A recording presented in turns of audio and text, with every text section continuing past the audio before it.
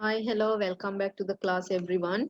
Today we are going to start the fundamentals of a computer system, and this is your second chapter. Okay, right. So, in this second chapter, here we are going to learn about the computer and the types of the computer and what are the peripheral devices used in the computer or what are the needed devices for a computer, and then how the information is communicated, transferred, what are the what are the tricks we use to transfer the information. So there are a lot of things we are going to learn in this chapter, right? Also, this chapter is an interesting, very interesting chapter, and hope you will get to know a lot of new things from this chapter, right? So, entering to this chapter today, first, the first one which is taught in this chapter is about the computer. So, now you have an idea what is a computer doing and how or why the computer is invented, okay, and why people are using the computer. So you have those ideas here, right? So as per in your book, first they started of explaining the need of the computer or what is the use of the computers, right? So if someone comes to you and asks you what is a computer, what a computer does, okay, if someone asks you like this, probably most of the students who doesn't know what is the or most of the students who don't know about the computer, probably they will say that the computer is invented to be played or play games, or else the computer is used to watch movies or to listen music, right? So these are the main things which strikes the mind of the people when we ask about the computer. But sorry, but actually what is a computer is, a computer is like a super calculator with a really big display. Okay, so you know why the computers were invented. We learned it in the first chapter of the grade 10 book. So the computers were invented to do the calculations, right? To do the calculations very easily. That's why they invented the computer. So normally we identify the computer as a super calculator with really a big display, and also it can be defined as an electronic device, and also it accepts the data, process them, and gives the output as an information. We learned all these things, right? Also it can store a large amount of data, and the modern computers which are used nowadays may be called data processing machines, because nowadays the computers are not only used to do the calculations, right, but also it does a lot of things like as I said, to play games, to edit videos, to edit audios, uh, to make softwares. So the computers are like multitasking. We use it for multitask. So it is not only we use it to do the calculation or only to as a calculator, but also we use it to do a many we used to do many things using these computers. So because of that, the computer which are used in this modern era can also be called as data processing machine. So going to your book, mm, okay, going to your book, first of all, they have asked you a question, what is a computer? And they explained it uh, in a brief explanation. They said that in first chapter we learned how computer systems can make our day-to-day work efficiently, right? Then a computer can be described as an electronic device, as I told. which accepts or collects data, processes them accordingly to the given instructions, and produces the desired output. Computer has become an essential device in our lives. You know that, right? Now, after the pandemic, everyone's essential device is now a computer or a smart device. It can be a phone, it can be a computer, a laptop, a PC, whatever. So it is now essential for everyone's life. Okay, for the people who are doing work, or for the people who are doing business, for the people who are doing farming, for the people who are studying, for the students, for the doctors, everyone are using these computers now. So the computer has its own features. Okay, now we learned about some features, about some things, right? So each and everything has its own feature. Now we'll see what are the features of a computer, right? Easy. First of all, the computer can work very speed. So as the speed is a feature of a computer. So how we can take this speed as a feature of a computer? Because a computer takes only a few seconds to perform calculations. Okay, when we input something, or when we feed data to the computer, quickly in a few seconds, okay, it processes all the given data or does the calculation, and it executes more than 1 million instructions per second. Also, it executes mean it solves more than 1 million instruction per second. So 1 million means it is also unimaginable, right? It is a big thing. 1 million instructions per second, yes, the computer can do that. So the speed of the computer, it is a feature. And also accuracy. A computer provides correct output when correct instructions and data are given. You have to give the correct instruction, you have to give the correct data, you have to input the correct things, then only the computer will give you the correct information. For an example, uh, we'll say you are checking a, a book, like there is a calculation in a book, and you are inputting this calculation in the computer, and you are going to check these calculations, right? So if you enter the data same as it is in the book, you will get the correct answers. For an example, in your book it is given 1 plus 1 equal to 2. If you want to check this answer whether it is correct or wrong, you should input the same data, right? You should input the same 1 plus 1, then only it will show you the 2 answer. Instead, if you entered as 1 plus 3 and it shows us as 4, and here in your book it shows you as 2, so where is the mistake here?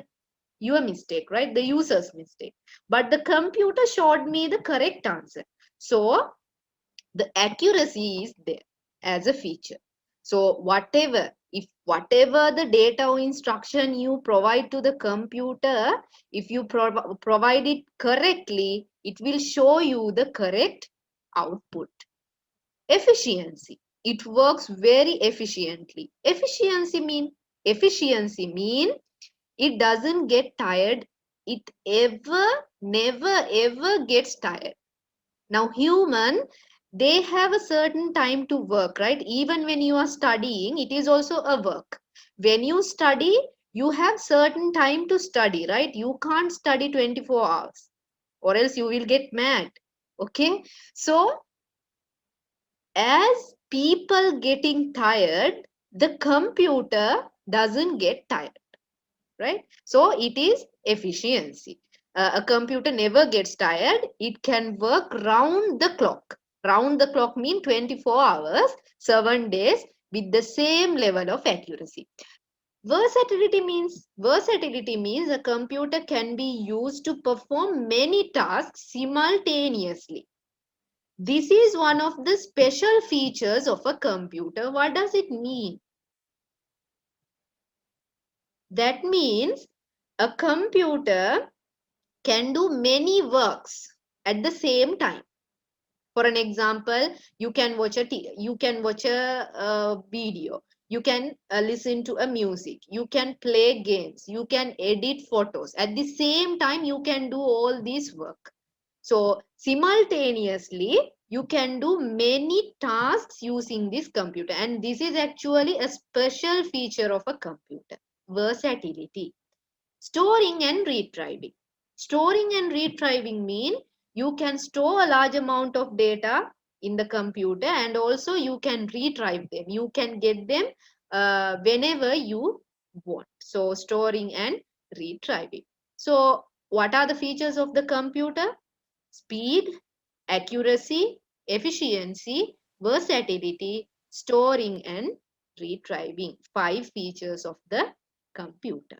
Got it, everyone?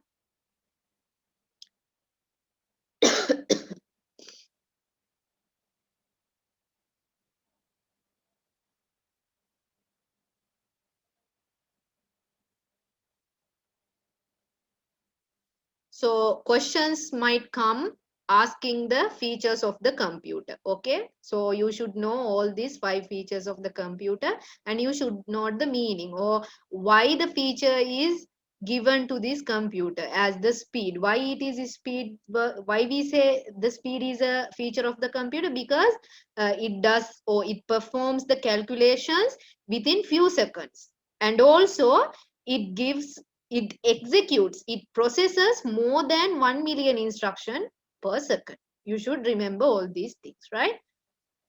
We know the features of the computer. Now let's go to the classification of the computer, right? So classification of the computers normally, okay. So this is what we learned, the features. Uh, it can work anytime, for many time. It is accurate, it is multitasking, we can what we can store and retrieve things from the computer, and it is very speed. Okay, right. So the computers are classified into two. We can categorize, or we can classify the computers into two.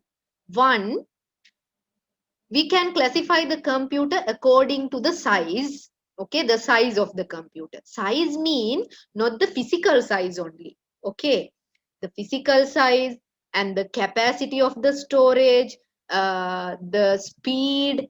According to that, we are categorizing the computer. We call it as classification according to the size, and we can classify the computer according to the technology. So how many classifications of the computer? Two. We can classify the computer according to size and according to technology. Right. So we will go with the classifying the computer according to the physical sizes. So physical sizes, this is a supercomputer. So the first bigger size, physical size computer is called as supercomputers, right? So these supercomputers are used, you can see my slideshow, right? Okay. So these supercomputers are used to uh, do complicated mathematical operations. Okay. Or else we can say they are used in NASA company. So just imagine how big they are. We see very big, right? Very big. And they can store a lot of data and information within these computers, and also the speed of this computer are very high, the supercomputers, right? So the places where these supercomputers are used are in NASA company. Also you should know that these computers are really expensive. Okay, supercomputers are very expensive. Not all the people are using these supercomputers. Okay, if NASA companies, you know, they get data and information out of the earth also, right? So because of that, they should use these uh, In Sri Lanka, I don't think there are supercomputers. If in maybe like in big science laboratories and all these things, maybe they are using these supercomputers. Okay, so mainly in your book also they have mentioned that these computers are used in the NASA companies. See, I will show you. See here. Okay, see, these computers have higher computing power. Computing power means the task that can be completed within a specific time period. Very, very high computing power. They are large in size, expensive, and rare. Rare mean these computers are not used everywhere. Okay, it is very, very rare. We can't find it wherever we go. So it is very rare. So I don't think that these supercomputers are used in Sri Lanka. I don't think. Right?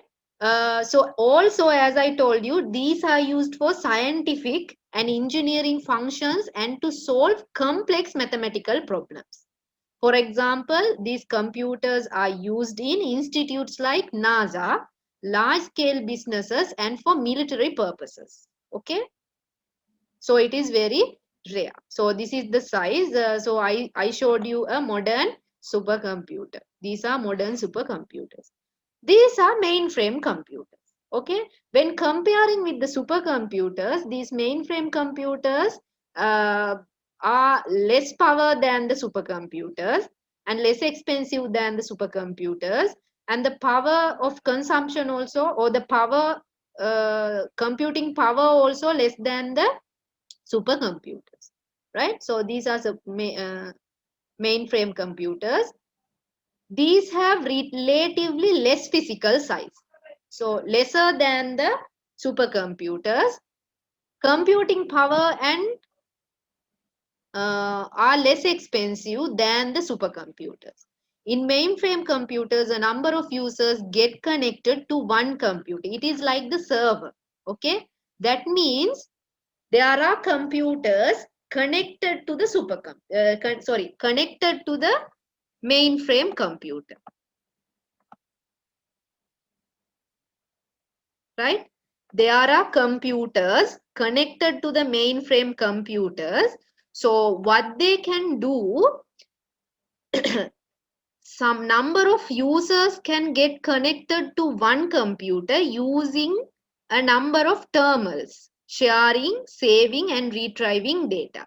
These are used in large scale businesses, in e-business, and with supercomputer transactions done using the internet.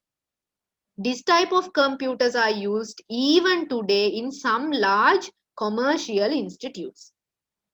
So this is the mainframe computer. This is a mainframe computers, and these are some of the computers which are connected with the mainframe computer.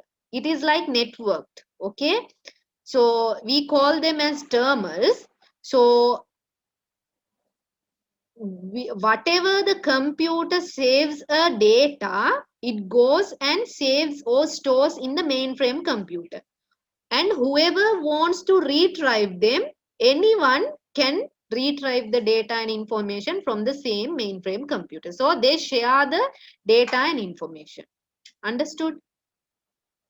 So the word mainframe and mini are distancing from usage, and those are now called as server computers, right? So these mainframe computers and the mini computers. Okay, next one we are going to learn about the mini computers. So nowadays these mainframe computers and the mini computers are generally called as server computer. Okay, you will get to know about the server computers. Server computers are also a general computer where clients get connected to one computer and take information from that.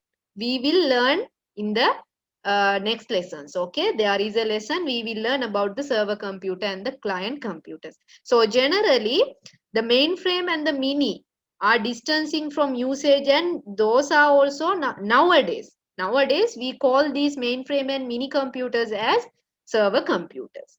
Understood? Right. These are mini computers, the same thing. Okay, there are terminals, they share information and data, and most of these computers are used in the banks. Okay, if you go to the banks, all the banks mostly they use these mini computers because they share data and information from the server from the mini computers, and also they store data and information to the same mini computer so that it is easy to retrieve the data, right? So whoever wants the data can get it from one place. Okay, that's why they are connected to one server. Also comparing with the mini computers, mainframe computers, this is the mini computers. The size and the expense of the computer and the speed, all these things are lesser than the mainframe computer. So next one is microcomputers. We call it as microcomputers or personal computers, PC. Right? So these are generally the computers which we are using, the laptops, the PCs, the desktops or the smartphones. These are microcomputers. These are microcomputers, right? So there are four uh, types of computer when we categorize them according to the size. Supercomputers, mainframe computers, mini computers, and microcomputers. Okay, right. Next one, the computers can be classified according to the technology. So there are three technologies. Okay, one technology is analog computers, analog technology. This is the analog technology, right? So we call them as analog computer. Analog computer mostly they use to measure the speed, the temperature.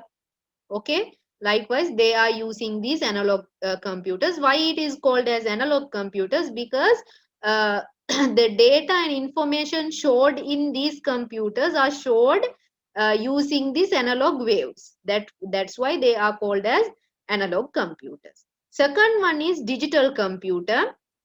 Digital computers are probably the computers which we are using nowadays. These are digital computers because these are using the digital signals.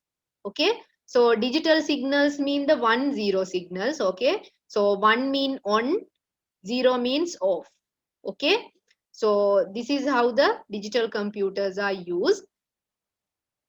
You will learn some things about the digital things after this lesson, and you will get to know more about the digital computers. Okay, so these are the digital computers which everyone uses nowadays, and there is another computer which is a combination of the digital technology and the analog technology. We call them as the hybrid computer.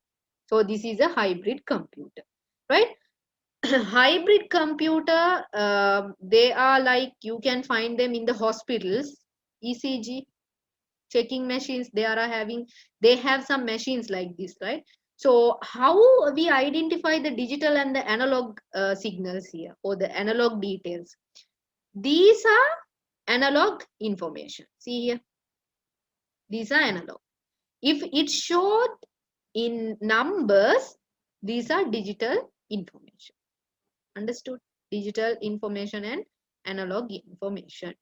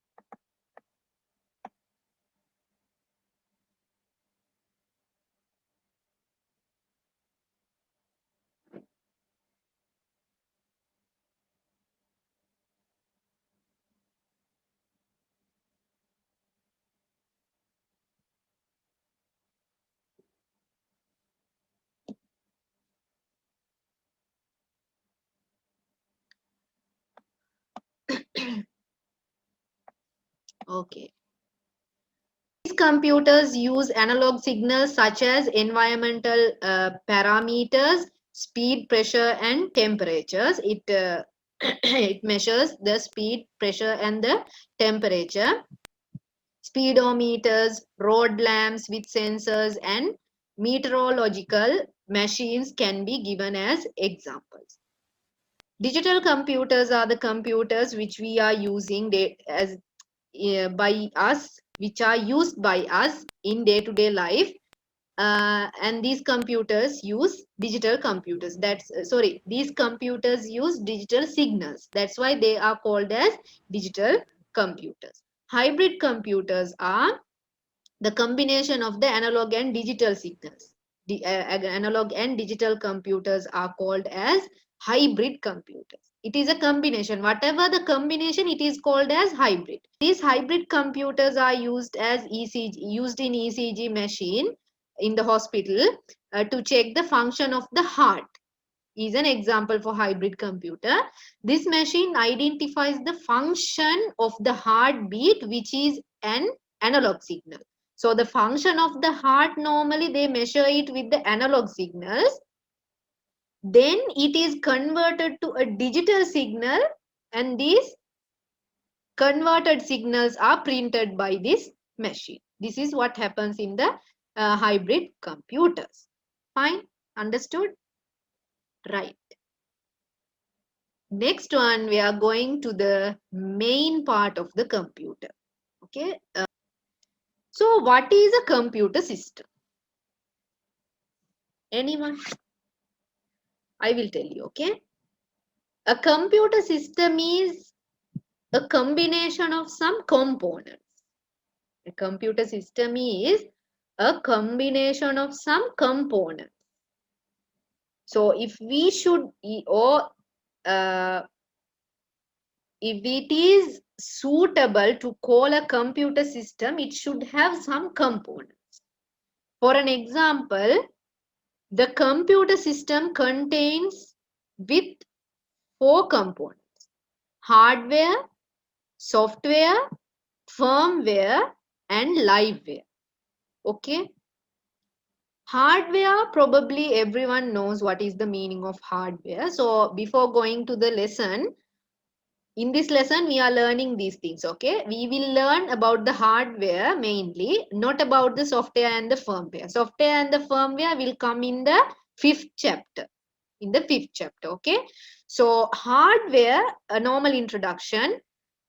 A hardware is the components of the computer which can be touched by hand and seen by eyes are called as hardware. They are hard. We can touch them. That's why it is called hard. Software are the instructions which are written to make some particular tasks. That means a software.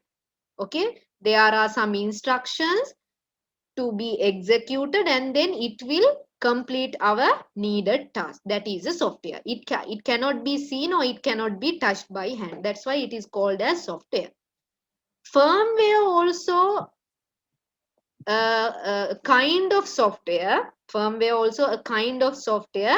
We will learn about the firmware in the 5th chapter. So I am not going with the firmware. Okay. Liveware are the user. They are live. Okay. They are live. That's why we call them as liveware. So if someone asks you what is a computer system, a computer system is a combination of some components. And these components are the hardware, software, firmware, and liveware. So liveware are the user. Just imagine, okay, there are hardware, software, and firmware, but no liveware.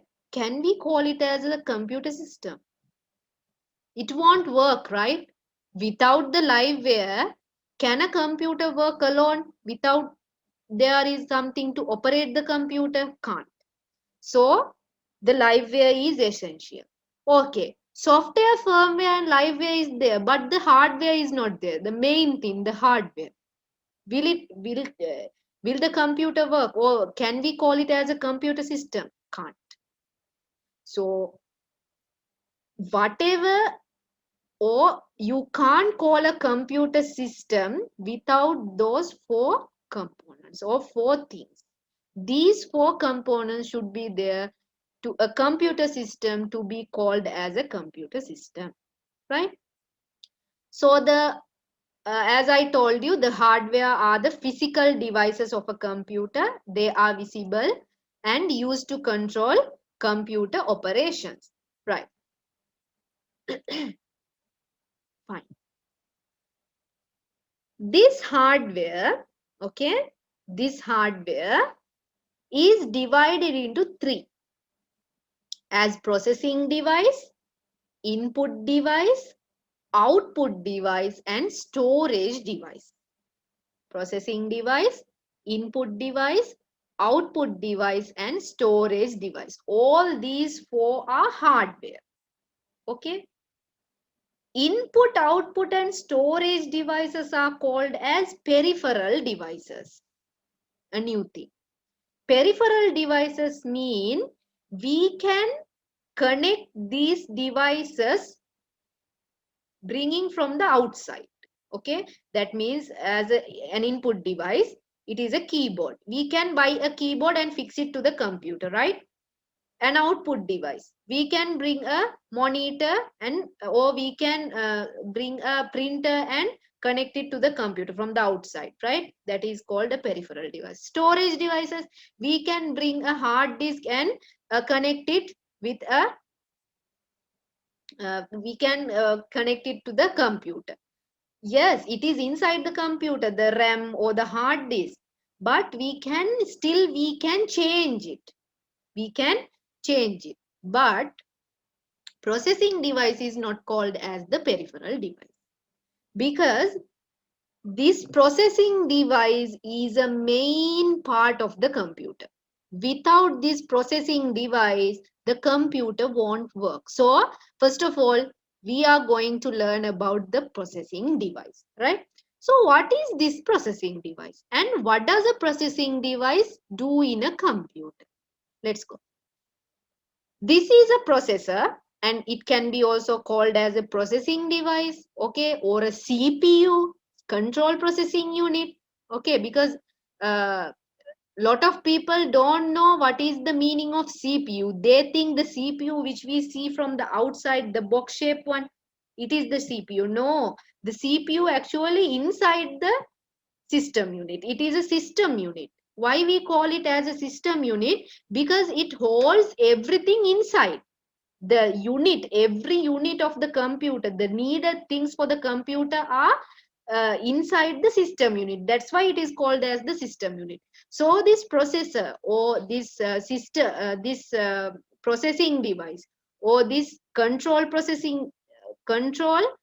CPU, control processing unit, is inside the system unit. Okay, this processor is not big. Okay, it is very small, size of a munch chocolate biscuit. You know the munch chocolate biscuit, right? The size of that. Okay, and also this processor is called as the brain of the computer. If you have learned in the previous classes, it is called as the brain of the computer. Why is it called as the brain of the computer, the processor? It is another name to the processor, because all the signals, okay, whatever the input we put or whatever the output it gives us, all the signals are sent to the CPU. Then only the CPU process the instructions, process the data, and gives us the output. So just think, without the brain or without this brain of the computer, will a computer work? No. It is the very main thing, the process. Okay. So it is also called as the processing device. So where is it located? There is a motherboard inside the system unit. In the motherboard, there is a small slot. We call this as a slot. In that slot, it is located, it is fit, and also over that, a small fan is fitted because, as you know, all the data and instruction which are given to the computer is processed by this processor, right? So the processor acts a major role in the computer, right? It acts a major role in the computer. It does a lot of work of the computer. So when it executes or when it processes a lot of things, it gets heated. Okay. So sometimes when it gets heated, there is a limit, right, to bear the heat. Whatever the thing, there is a limit to bear the heat. So to send out this heatness, they used a small fan, and they fit this fan on the CPU to reduce the heatness. Okay, right. So this is the CPU. Oh, this is the brain of the computer. So the brain of the computer, it contains three components inside. There are three things inside the CPU. Remember it, okay? Don't forget it, okay? This Munch chocolate biscuit is having three parts inside. One is the memory register. We will learn about these things, okay? The memory register. Second one is the arithmetic and logical unit, ALU. Third one is the control unit, CU. What each of these things does in the computer, I will tell you. For an example, I input something to the computer. Okay. First of all, when I input something to the computer or input a data or give an instruction to the computer, immediately it goes to the main memory. We can call it as the RAM or the main memory. In mobile phones, I don't think so. I don't have an idea about the mobile phones. But normally in computers, they have not only one fan, they have two fans. They fit a fan outside and a fan on the motherboard. Nowadays, they are doing these things. In the telephones, I don't think so. Okay, maybe there is a technology to reduce this, what do you call this, heatness in the phone, because the phone is not doing much work like the computer, right? The technology is lesser than the computer. So I don't think there is a small fan in the mobile phones, right? So this is when we input something to the computer, first of all, it goes to the RAM. So this RAM is called as main memory. It is the main memory. Okay. Then this main memory takes the inputted data or the instruction and see whether to process this data or just to save it in the storage or just to output it to the user. It decides, right? So if it is something to be processed, if the data is something to be processed, it immediately sends to the CPU. It sends to the CPU. So it goes to the to the memory register, right? To the MR. Memory register keeps all the data in the memory. In the memory register, it keeps all the data in the memory register, and one by one it sends to the arithmetic and logical unit to process the data given one by one, not all together. Okay, it gives one by one. So the arithmetic and logical unit, what it does the mathematical operations, right? Arithmetic means the mathematical, the main basic mathematical operations like adding, dividing, all these mathematical operations. There are four main mathematical operations, right? Multiplication, addition, and division, like this. So all these all these basic functions will be done in the arithmetic unit, and the logical unit is comparing two numbers. So it takes there and process these given data. Again, it sends to the memory register. That's why two arrows are there. Okay, after processing, again sends to the memory register, and the memory register again sends it to the main memory. If it is needed, we will save it in the secondary memory, which is the hard disk. Okay, we will save it. If it is needed, we will save it in the secondary memory. Then it will take from the secondary memory and gives us the output. The control unit controls each and every part of the computer. The control unit controls each and every part of the computer. Like it controls the input devices, it controls the output devices, it controls the storage devices, it controls the CPU, memory register and arithmetical logical unit, and also it controls the RAM or the main memory or the main storage. So see, now to explain this process, I took maybe 5 minutes. But when you input as 1 plus 1 and once you press the equal button, immediately the output will be given to you, right? So just imagine how speed the processor process the data given.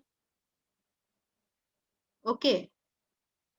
So this is what happens inside the computer. A big process, right? The input goes, it goes to the main memory sends it to the CPU gets it and then process it and then sends it to the memory register, then sends it to the main memory. After that only the output will be given to us. So it is a big, huge processing unit, right? The computer, but it does the work within few seconds. So this diagram or this architecture, everyone should remember that why why there are two kinds of arrows here, because one arrow is the data flow. Okay, this is the data flow. I input the data goes here and there, and then it comes as an output. And the second arrows are the control arrows or the control flow. So the control flow, remember, all the units in the computer, see, all the units are controlled by the control unit. And here you can either draw two kinds of arrows, like one arrow to go up, another arrow to go down, or else you can only draw like one arrow. Okay, I will show you the book. See in your book, this one. So the data or instruction flow is drawn with the red arrows, and the commands or the controls are used with black arrows. Now understood? Main functions of a computer system is to input data, process and store data, and to produce information when needed. That is the main task of the computer. Several components are used for such functions. The following is the function of a computer system. So we learned the functions of the computer system. These are the function of the computer system. Now, okay, this is the explanation which I explained you about the function or about the computer system. Now we will learn about the basic physical components of a computer system. So the basic physical components, as I told you, input devices, output devices, and storage devices. Okay, there are some communication devices also, but we will do these three devices first, right? Okay, so what is meant by input device? Let's go. Okay. Okay. So peripheral devices are either called as, it can be a input device or output device, or also it can be a storage device, right? So what is an input device? Whatever the device, okay, whatever the device we use to input data and instruction to the computer is called as input device. Any peripheral used to provide data and control signals to an information processing system are called as input device. So easily you can remember it as you want, okay? Whatever the device used to feed data and information to the computer are called as input devices, or whatever the devices which used to input data and information to the computer are called as input devices, or any peripheral used to provide data and control signals to an information processing system is also called as the input device. So these are some of the input devices. So the main input device of the computer is the keyboard, the main one. Okay, without the mouse also we can work with only the keyboard. How is it possible? Yes, it is possible. So we will learn about the keyboard first. Okay, so data here. This is the most common input device, the keyboard. Though it is designed with the format of a conventional typewriter. I think you guys know about the typewriter. So it is designed as the format of the typewriter, the conventional typewriter. It provides keys for additional functions.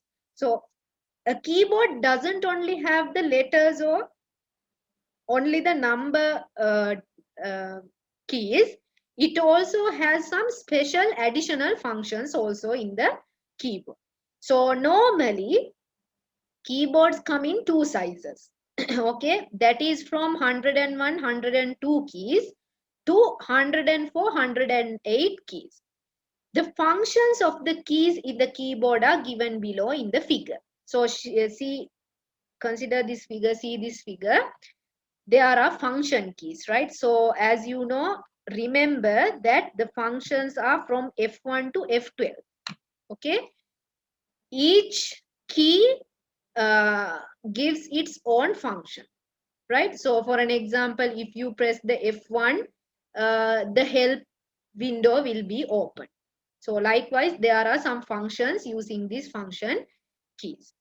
And then there are typing keys. Typing keys mean these letters. We are calling them as typing keys. There are some special keys.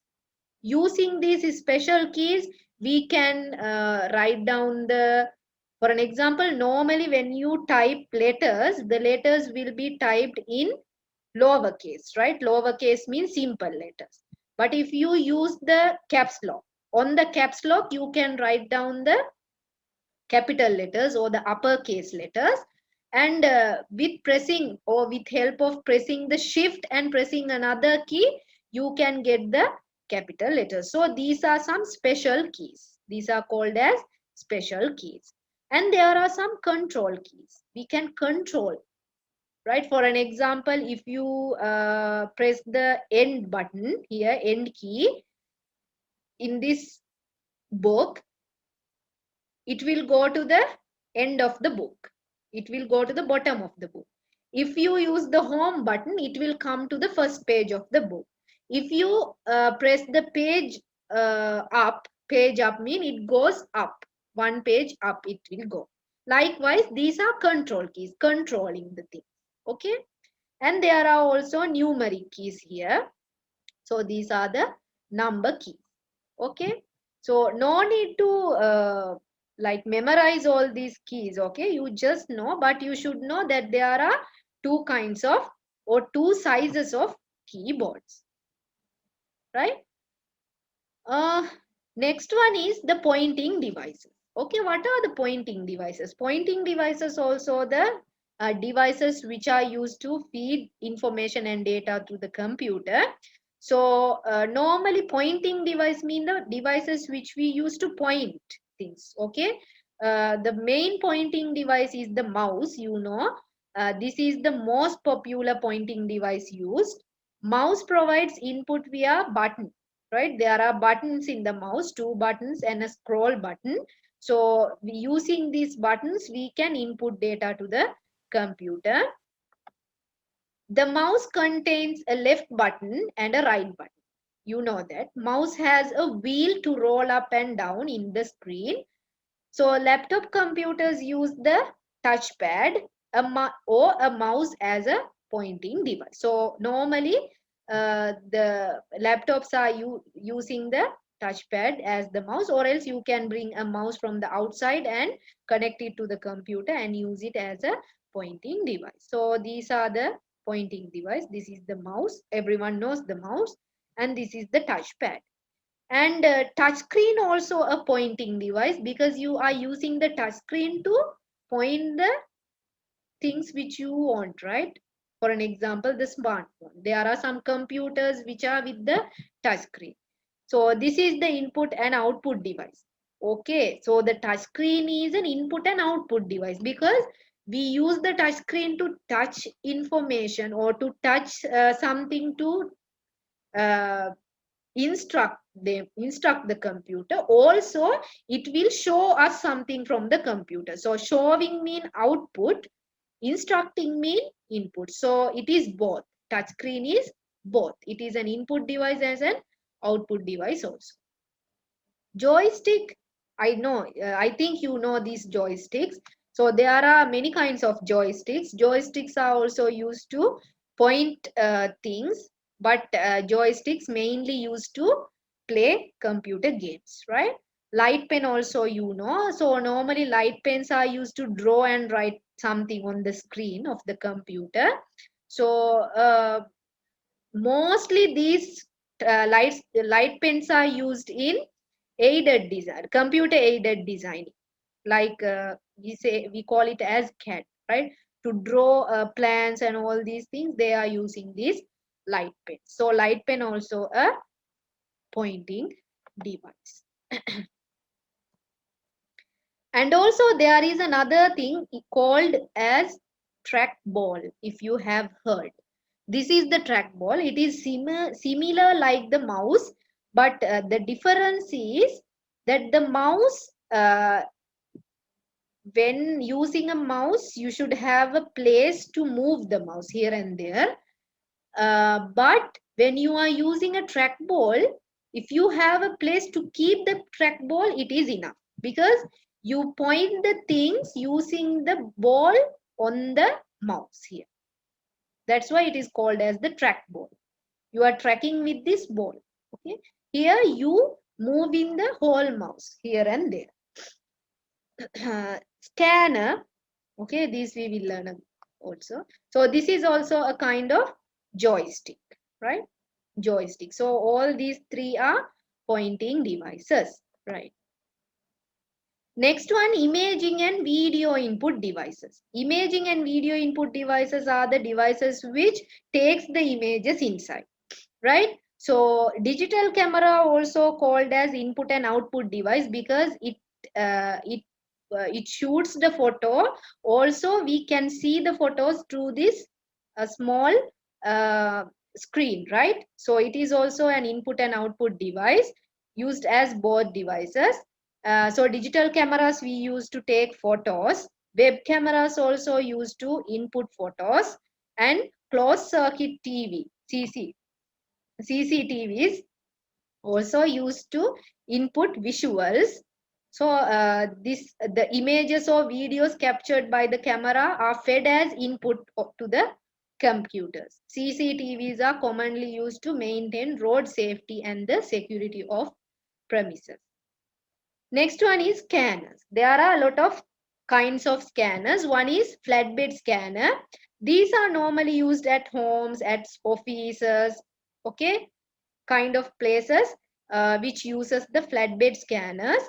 So flatbed scanners, or the scanners we use to turn the hard copy into soft copy. Okay, hard copy means the books. The things which we can touch are the hard copy. So if you are having like a exam paper, it is a hard copy. You want to convert it to the PDF, what you do, you scan it using a scanner. So this, what is the work of the scanner? It changes the hard copies into soft copy, right? Okay. The scanned image or document is captured by the laser beam. There is a laser beam in the scan, you know. So this laser beam scans the data and information in the document and converted to digital data. The scanned picture or document can be saved in the computer. So we use the scanners to, or the flatbed scanner to take the human readable forms in, sorry, to capture the documents and the images to the computer to be saved in the computer. Barcode reader, everyone knows about the barcode reader. It is also a kind of scan, the barcode reader. Okay, so the barcode reader scans the barcode. You know, I taught you about the barcode reader in the first chapter. Okay, in the system, computer system. So the barcode is converted to an alphanumeric value by the barcode reader and it fed to the computer connected to it. So that we can see the data and information uh, provided for this, provided to this barcode. Magnetic in character reader. What is magnetic in character reader? MICR we call it, right? So this MICR is, you can see them in the bank. At the bank you can see these scanners. What it does, it checks the check. It checks the check. So this is available in banks. It is used to check the accuracy of a check, whether this check is an accurate one or it is a true copy. This device reads numbers printed at the bottom of the check, its data such as bank code, bank account number, and feed them to the computer. So it reads the numbers under this check. Okay. Optical character recognition, it is also a kind of scanner, OCR device. This is used to capture text in a document and to edit that captured text in the document. So it is like a pen, see? We can run it over the letters or whatever the data we want and it scans and we can edit them. So this is commonly used in libraries and in government institutes. Next one, optical mark recognition. This is this device which recognizes marks made using a pencil or a pen. So mostly these are used in the exams. Okay, the MCQ questions. See, it corrects the MCQs of the exam paper. So they will give us a paper like this, okay, with each with 4 or 5 answers. So after, when we are pointing the correct answer, we should point it with the, or we should dark it with the pencil or using the pen. Okay, after that they will take these papers and put in the optical mark recognition. Automatically it will correct your papers and give you the marks. So it can read the marks and feed that data to the computer. Next one, automated teller machine, ATM. It is also a kind of input device. ATMs have made bank transactions convenient for customers. ATM machine reads the numbers in the debit or credit cards inserted into the machine and connect to the computer. Once the bank account number is read through the ATM, one system connects with the bank's computer for processing the transaction. Also, it scans the number. Okay. So these are scanners. Next one is microphone. So microphone, we use it to input the sound to the computer or feed the sound to the computer. So these are the Input devices. So there are a lot of input devices, right? Okay, let's go to the output device. Output devices used to output the data in information from the computer. Okay. There are several methods of producing the processed information by a computer system. One is in soft copy. As a soft copy, we can produce the processed information as hard copies and as sounds, right? So, as soft copies mean we can't touch. That's why it is called as soft copy. So, as soft copies, the output on the screen is called a soft copy. Whatever the data and information produced using a screen, it is called as soft copy, right? The soft copy output can be provided on the following devices. One is monitor or screen. We can call it as monitor or screen. Also, we can call it as VDU, not video, VDU, visual display unit. There are several types of monitors. There are 3-4 types of monitors. There are several types of monitor. One of them is CRT monitors, but probably these CRT monitors are not in use nowadays, okay, because there are some disadvantages using of this CRT monitors. So considering all these disadvantages, they have removed this CRT, or they are not in use nowadays. They use other kinds of monitors. So this type of monitors are large in size and also consumes more electricity. So that's why they are not using these computers. Also, it is harmful for the eyes. Okay, very harmful for the eyes, these computers, these monitors. Liquid crystal display are the LCD monitors. This is a flat screen type, you know. Nowadays, we are using these LCD monitors, right? LCD displays utilize two sheets of polarizing material with a liquid crystal solution between them. So there is a liquid between two like sheets. There are two sheets, between that there is a liquid. So they consume, they don't consume, the consumption of the electricity is less in LED monitor. If you ask me, teacher, is LED monitor harmful for the eyes? Still yes, okay, but not harmful as the CRT computers, right? Okay, next one is LED monitors. We are calling as light emitting diode. These are used, these computers are using the light. Screens are designed using light emitted diodes. LED displays have better brightness and they are used for symbols, billboards and name boards in a common place and roads. You have seen this, okay? On buses also they are using this LED monitors, like to run out the names of the villages, okay, or the towns. They are using these LED monitors. This has become a popular medium today due to its low electricity consumption. It consumes very low electricity. Next one is the multimedia projector. Multimedia projector is a device which outputs the small visual into a large visual.